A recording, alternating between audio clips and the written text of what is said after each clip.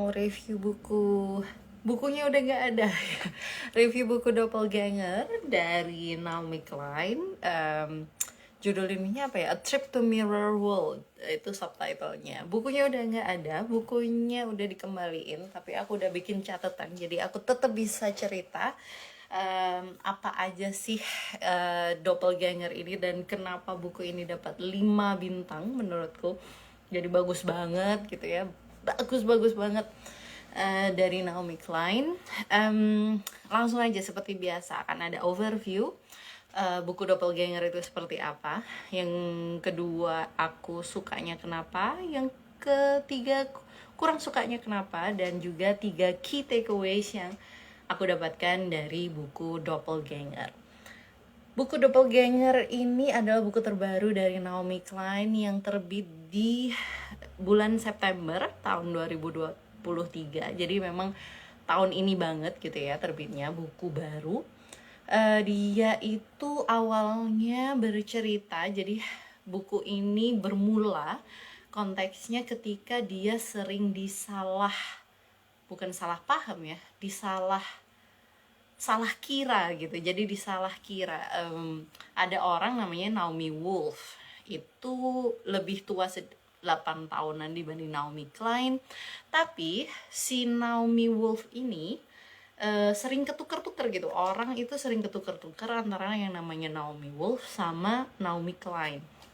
Awalnya si Naomi Klein ini kayak oke, that's fine ya, oh itu bukan aku tuh, itu si Naomi Wolf, cuman gitu aja. Sering memberikan kayak ya udahlah, namanya mirip gitu, jadi orang salah ya udah nggak apa-apa.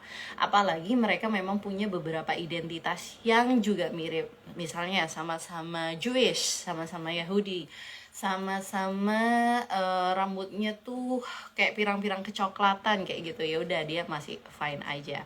Tapi kemudian si Naomi Klein ini, dia sampai pada suatu titik si Naomi Wolf ini membuat, atau dia juga penulis ya, menuliskan buku. Si Naomi Wolf ini cukup kontroversial gitu, dan semakin ke arah, kalau teman-teman mengikuti politik di Amerika itu semakin ke arah kanan gitu, yang konservatif gitu, kira-kira Republikan ya kalau di Amerika. Nah, sampai membuat orang-orang tuh kayak gemes banget gitu kira-kira sama si Naomi Wolf ini. Sampai di satu titik itu akhirnya si Naomi Klein tuh mikir, apa benernya aku nih mending aku kasih pernyataan kayak apa ya biar aku nggak disalah kira lagi bahwa aku nih Naomi Klein dan itu bukan Naomi Wolf. Aku tuh punya pendapat ABC, bukan yang XYZ kayak dia. Jadi memang sering kayak bener-bener opposite atau berkebalikan kayak gitu. Jadi awalnya dari situ. Itulah kenapa judulnya juga Doppelganger. Doppelganger kan seperti orang yang mirip banget tapi nggak ada hubungan genetik sama sekali. Terus habis itu kalau kita lihat di novel-novel atau sastra gitu, biasanya doppelganger itu adalah sifatnya yang berkebalikan. Jadi memang beda banget gitu. Nah, setelah si Naomi Klein ini menelusuri gitu ya, awal mulanya dari sekadar berbeda dengan si Naomi Wolf, ternyata si Naomi Klein menemukan bahwa di dunia ini nih banyak banget yang namanya doppelganger teori. Bisa dilihat di macam-macam, ada di politik, ada di kehidupan, misalnya apa, bagaimana orang memperlakukan neurodiverse, jadi orang-orang dengan kemampuan otak yang berbeda, kemampuan kognitif berbeda, misalnya autism. Nah, hal-hal yang seperti itulah yang membuat doppelganger ini menarik untuk Naomi Klein diselami lebih dalam, dan itu menjadi kritik-kritik sosial politik terhadap banyak topik. Ini bukunya secara keseluruhan bilang kayak gitu. Kenapa aku suka buku ini? Kenapa sampai kasih 5 bintang? Mungkin bias, karena memang yang dibahas sama buku ini tuh seperti sebuah rangkuman dari ketertarikanku selama 3 tahun terakhir terhadap conspirituality, kemudian well-beingness, dan juga health influencer yang ada di lanskap atau di apa ya, dunia politik di Amerika Serikat. Jadi memang aku udah 3 tahun terakhir ini sering mengamati gitu loh, suka gitu. Nah, di Doppelganger ini benar-benar menjadi bahasan, bisa dibilang tuh sepertiga atau sampai setengah itu membahas tentang ini.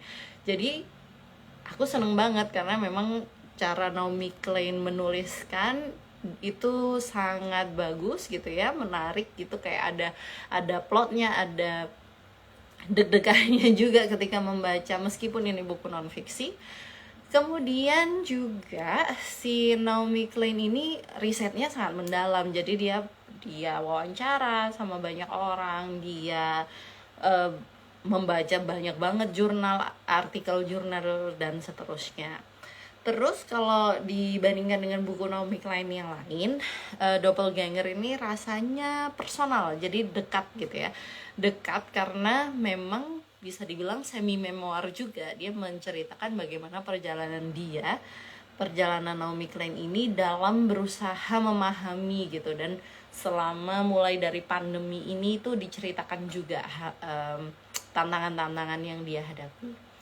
Terus beberapa topik memang terasa kayak apa, mengena sekali di hati gitu, seperti tentang yang tadi aku sebut, ada autism. Itu Naomi berbicara sebagai ibu dari anak yang memang autis gitu. Jadi dia tidak hanya apa ya, dari pengamatan saja, tapi dia memang ibu dari anak yang autis. Dia tahu bagaimana sulitnya kayak gitu mendapatkan dukungan atau mendapatkan bantuan kesehatan, terus bagaimana memperlakukan anak autis di ini, bahkan di negara, maksudnya dia tinggal di Kanada sama di New Jersey di Amerika. Jadi bahkan di kedua negara tersebut dengan kemajuan teknologi kesehatannya itu juga masih sangat menantang kayak gitu.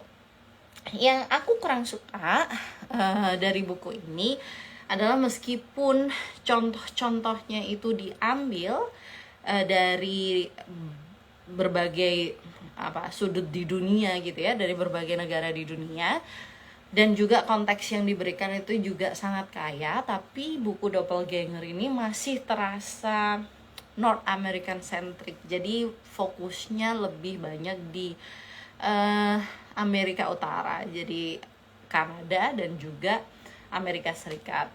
Untuk orang-orang yang mungkin agak-agak asing gitu ya sama pembagian atau medan politik di sana, kalau nggak ngikutin banget ya mungkin ketika membaca buku ini kayak oke, ini apa sih sebenarnya maksudnya gitu. Jadi memang agak susah diikuti kalau misalnya memang tidak akrab dengan bahasan politik di Amerika Utara. Terus habis itu ini 3 key takeaway yang aku dapatkan dari buku Doppelganger.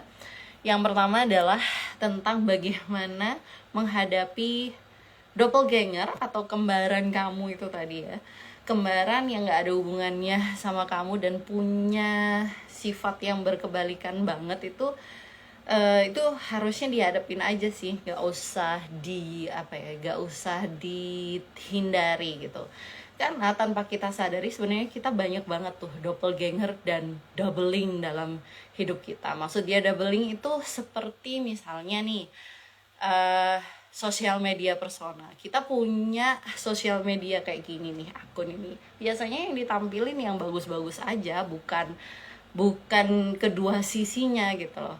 Masalahnya adalah ketika kita hanya menampilkan yang bagus-bagus saja, kita jadi punya tendensi untuk look away, untuk nggak mau ngeliat ketika bertemu sesuatu yang buruk atau yang tidak kita ingini gitu, sisi-sisi bahkan dalam diri kita sendiri. Contoh yang diberikan itu sosial media persona, personal brand, kemudian tentang Israel dan Palestina, kemudian bagaimana sayap kanan dan sayap kiri di Amerika gitu. Itu semua dia melihat ada pola namanya doubling itu tadi. Misalnya yang Israel dan Palestina, yang mungkin saat ini sangat kontekstual ya.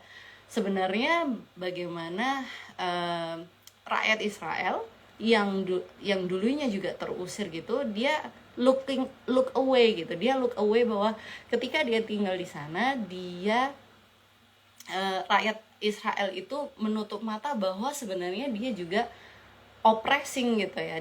Dia menyingkirkan atau mendesak rakyat Palestina itu sendiri atas alasan apapun. Menurut Naomi Klein itu adalah tendensi the doubling yang sudah mengakar itu tadi itu.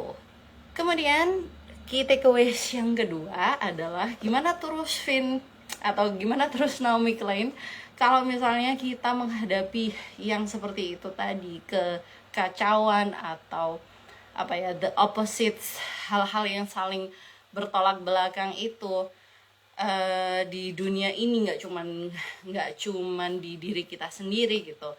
Jawaban dia yang menarik adalah dia mengutip salah satu kayak pengamat gitu ya, ketika membaca bukunya Naomi Klein yang Shock Doctrine. Komentarnya adalah buku ini memang terkesan kayak marah, tapi justru di Shock Doctrine itu terdapat satu sisi, yaitu calmness gitu, ketenangan. Yang namanya ketenangan itu adalah resistensi. Jadi dia bilang bahwa calm is resistance. Itu yang paling penting dalam menghadapi keadaan yang shock, keadaan doubling itu tadi.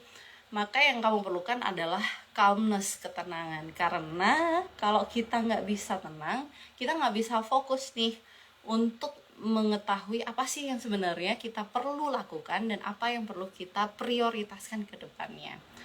Kalau aku melihat ini catatan gue nih, jadi this calmness will also help to find a foot on things we want to embrace and define by ourselves.